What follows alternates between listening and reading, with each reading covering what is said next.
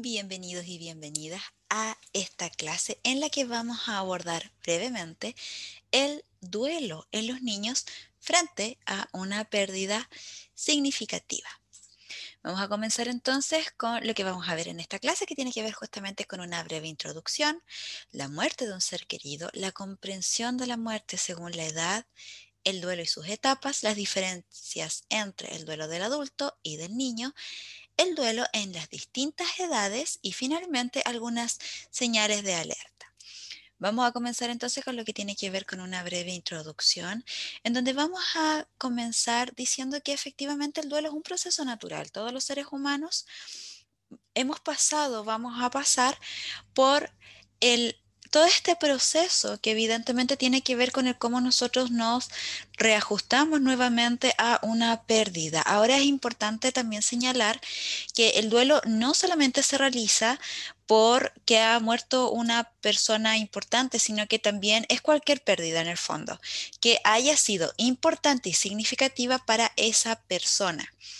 Puede ser, por ejemplo, en el caso de los niños, inclusive una mascota, haber perdido un juguete, inclusive puede ser también que hayan quizás peleado con algún amigo y que esa relación de amistad se haya terminado. Todos esos aspectos generan una pérdida. Y todo eso puede, si es que es significativo, generar un duelo. El duelo, al igual que en lo que ocurre con los adultos, también es un proceso que los niños pasan, pero evidentemente el niño, dependiendo de su edad y como lo vamos a ver, va a entender la muerte y este proceso de una forma completamente diferente. El adulto ya tiene el concepto de muerte ya interiorizado, tiene mayores redes de apoyo, socialmente sabe cómo debe reaccionar. Por lo tanto, en el fondo, el adulto muchas veces cree que los niños deben o ser similares al adulto o el niño no debiese saber y les mienten justamente para evitarles un dolor. Estos dolores son parte del proceso de la vida. Es necesario que los niños conozcan y sepan cuando una persona que sea importante para ellos ha fallecido, por supuesto que sí. Como lo vamos a ver, dependiendo de la edad, inclusive puede generarles culpa, dolor y sufrimiento mayor a lo que pudiese ser si al niño se le explica realmente lo que ocurrió. Y eso justamente tiene que ver porque a los niños se les suele pensar como seres humanos frágiles, que no se debe hablar del fallecimiento, porque también tiene que ver con un aspecto cultural. En nuestra cultura, la muerte pasa a ser algo doloroso, al luto, a lo negro, a la oscuridad, a la depresión, al llanto. Por lo tanto, la muerte pasa a ser también un tema tabú que no se habla porque es doloroso, no se habla porque se puede llamar a la muerte. Por lo tanto, son aspectos que en el fondo hacen que las personas no sepan cómo hablar con los niños acerca de la muerte, porque lo ven como algo tremendamente doloroso y sienten que el niño no va a poder con tanto dolor y con tanto sufrimiento. Sin embargo, los niños y las niñas suelen tener una fuerza interior increíblemente extraordinaria. Evidentemente va a depender de la edad que el niño tenga y obviamente el poder ir aprendiendo también de los dolores de la vida a través de una contención emocional, estar con el niño le va a permitir también, si es que tiene esta experiencia desde muy temprano, el poder comprender a través de la experiencia que si bien es un aspecto doloroso, evidentemente también va a ir aprendiendo poco a poco a ir desarrollando estrategias para poder ir superando lo que implica una pérdida, lo que obviamente le va a permitir posteriormente tener un repertorio de habilidades o de estrategias para poder superar futuras pérdidas. Evidentemente, muchas veces los adultos creen que dar seguridad a un niño es tapar el sufrimiento. Y en el fondo lo que hacen es no acompañarlos en este proceso, que también los niños son parte. Los niños sí reaccionan frente a la pérdida, pero lo van a hacer de diferentes formas, que inclusive a veces, y como lo vamos a ver más adelante, puede hacer que el adulto sienta que el niño no está sufriendo, pero no es así, tiene que ver justamente por la edad de la persona. Muerte de un ser querido. Hablar de la muerte obviamente significa hablar de una separación, de una pérdida, de una situación difícil, dolorosa, y por eso, como les comentaba, es tan difícil hablar con los niños y las niñas. Ahora, El tratar de evadir o justamente alejar a los niños de esta realidad, lo único que hace es confundirlos. Los angustia, les genera dolor, sufrimiento, porque evidentemente muchas veces no entienden por qué el ser querido ya no está, por qué desapareció, por qué ya no viene. Muchas veces los niños inclusive se culpan porque quizás justo ese día, no sé, jugando con el perrito, le pegó una patada al perrito y quizás él crea que su mamá, su papá o su abuelito, quien haya sido que haya fallecido, se fue porque se enojó con él o con ella. Ahora, la inquietud en los niños y las niñas va aumentando, sobre todo si ven a sus papás o a su entorno que están incómodos, que están tristes, que están intranquilos, y en el fondo cada vez que el niño trata de preguntar, se le invalida. Por lo tanto, en el fondo también se le genera lo que tiene que ver con el que el niño empieza a pensar, si yo pregunto sobre mi abuelita, por ejemplo, se ponen incómodos o me retan o se ponen a llorar, entonces algo malo hice, mi abuelita quizá hizo algo malo, preguntar por ella es malo. Entonces se empiezan a angustiar. Evadir, obviamente, y eludir lo que es la muerte es algo normal en algunas culturas como la nuestra, como ya se los comentaba.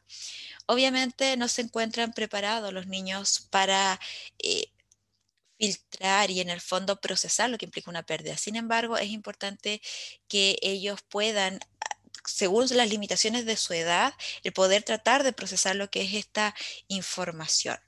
Comprensión de la muerte según la etapa evolutiva del niño o la niña. Ahora, la muerte es un concepto muy complejo y para poder entender qué significa, los niños y los adolescentes deben tener claro 4 conceptos claves sobre ella y cuya comprensión aumenta a medida que el niño o la niña van creciendo. Primero, que la muerte es universal. Todos los seres vivos vamos a morir.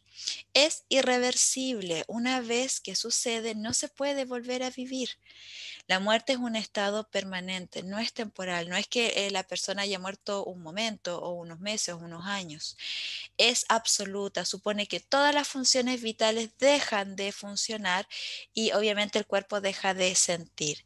Se debe a una causa física y no son los pensamientos, el enfado, la rabia o los celos las que han hecho que alguien muera, porque muchas veces los niños cuando no se les explica creen que es por alguna situación puntual. A veces, por ejemplo, por un accidente mueren los hermanos y los niños a lo mejor se pelearon en la mañana por un pan, por una leche, etcétera, y quizás quedan con esa sensación de que como estaban enojados y tenían rabia con el hermanito desapareció.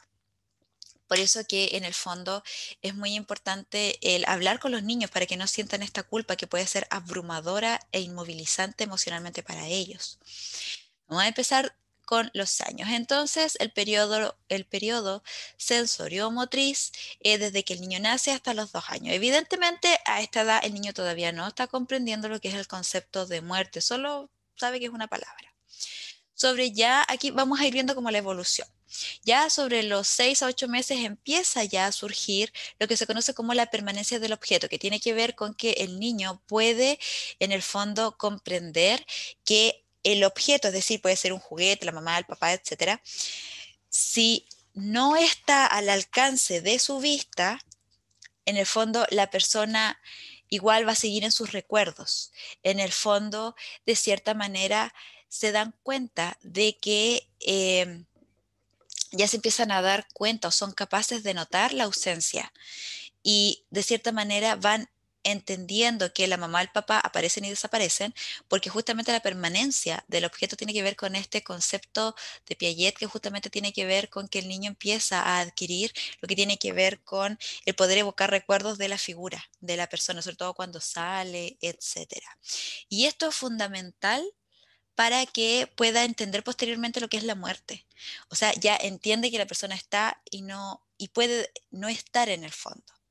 En torno ya a los 2 años de edad empieza a adquirir el lenguaje, por lo tanto, puede empezar a preguntar, ¿dónde está mi abuelita? ¿Dónde está el perro? ¿Dónde está el gato? ¿Dónde está mi mamá?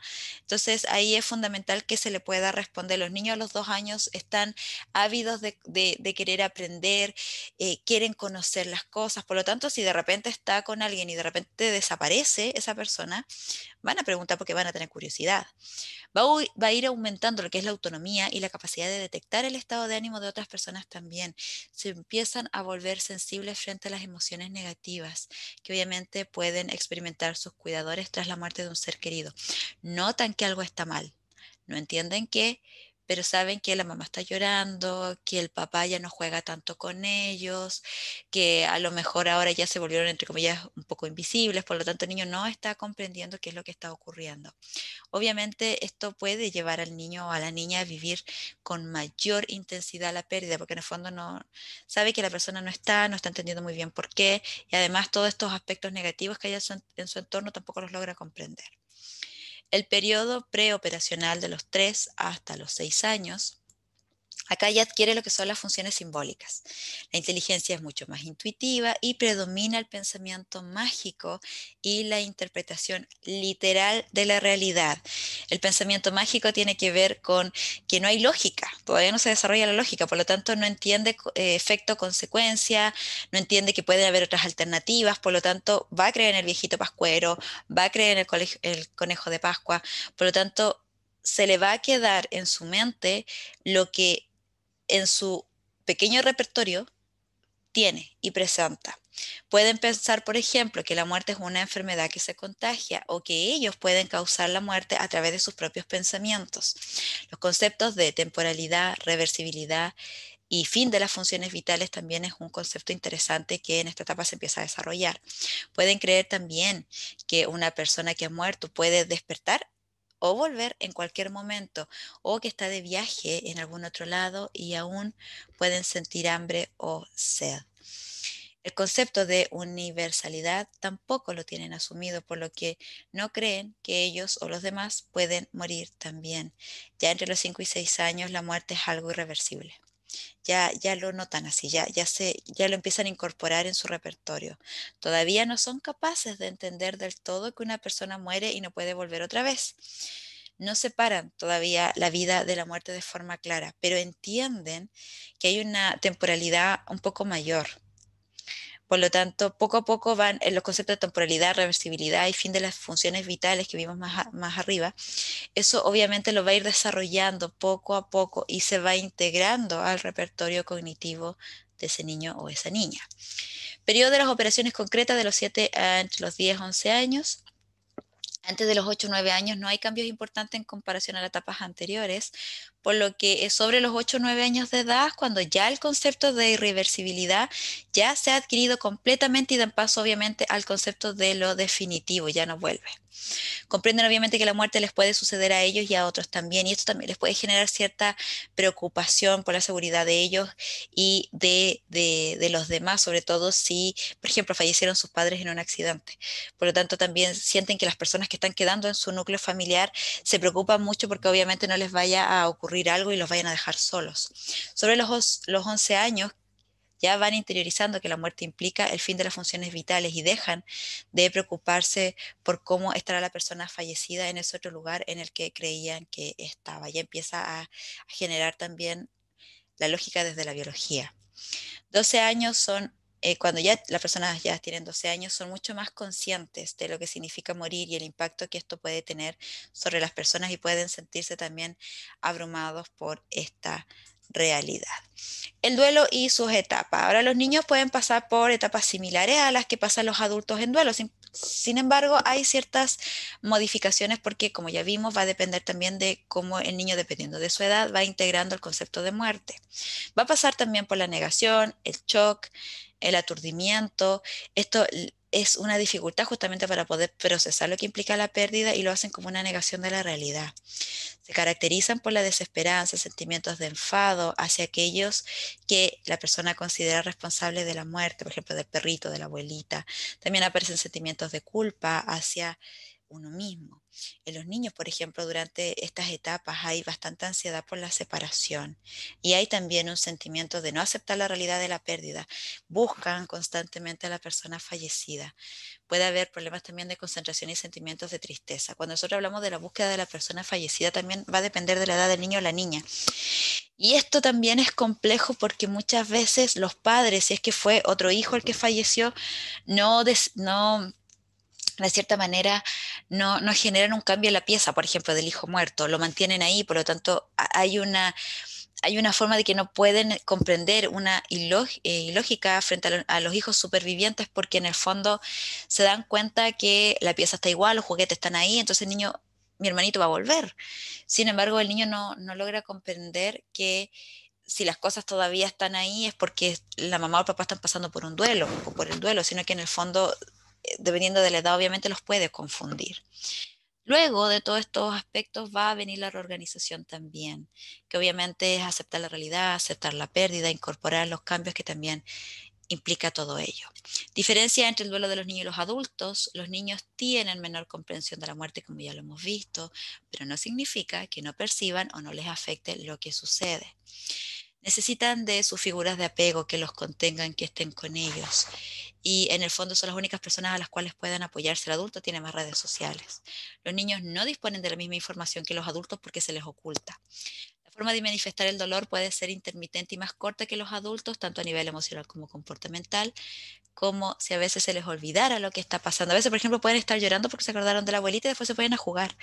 Y eso inclusive puede generar que los papás sientan que en el fondo los niños no están sufriendo, cuando no es así, solamente que es distinto. El proceso de duelo en los niños se elabora más rápido que en los adultos, siempre y cuando se mantenga la estabilidad a su alrededor y no hayan cambios tan sustanciales, que se mantengan sus rutinas y que evidentemente tenga un apoyo. Los niños pequeños tienden a expresar más las emociones y cómo se sienten a través del comportamiento, obviamente porque todavía no saben cómo expresar, muchas veces no saben lo que les pasa, solo tienen la sensación, pero no saben ponerles palabras o inclusive todavía no las aprenden. Y por eso utilizan lo que es el juego, el drama, el arte, las historias y los cuentos donde se ven reflejados muchas veces. Los niños no suelen manifestar tristeza o apatía, sino que, por ejemplo, pueden tener bajo rendimiento académico, tienen cambios de humor graves, somatizaciones de dolor, se marean, les duele el estómago, cefaleas, y también pueden tener conductas regresivas, es decir, que si un niño ya ha experimentado lo que tiene que ver con el control del esfínter, quizás ahora tenga accidentes en la noche o durante el día, succionarse el dedo, miedos nocturnos, etcétera. Muchos niños no quieren preocupar a sus padres, por lo tanto, de cierta manera tratan de no expresarlo y no exteriorizarlo, porque también hay un aspecto de imitación, por lo tanto, también los niños ven que hay algo raro que parece que mejor es no expresarlo. El duelo en las distintas etapas del desarrollo de los niños. En la primera infancia, desde que el bebé es pequeñito hasta los 2 años, pueden reaccionar, por ejemplo, mostrándose irritados, inquietos, comiendo y durmiendo mal, por ejemplo, teniendo la habilidad emocional, pueden sentir la ausencia de caras alegres en la casa. Cuando ya van creciendo, van adquiriendo una mayor conciencia de lo que está ocurriendo a su alrededor. Estas reacciones en el fondo de la pérdida pueden generar también rabietas, arranques de ira, pueden sentir que si lloran o llaman con intensidad a su ser querido, este puede volver para calmarlos. Durante esta etapa, por ejemplo, es posible que busquen con frecuencia y durante un tiempo la persona perdida, a la persona que ellos han perdido. También pueden experimentar algunas regresiones, como lo vimos anteriormente, y pueden perder el interés también por jugar y por sus juguetes. El duelo de los preescolares de los 3 a los 6 años, en esta etapa, aunque el concepto de muerte todavía es limitado, son capaces de llorar y pueden expresar emociones. Una de las respuestas más frecuentes de los preescolares es justamente el poder comprender que es irreversible.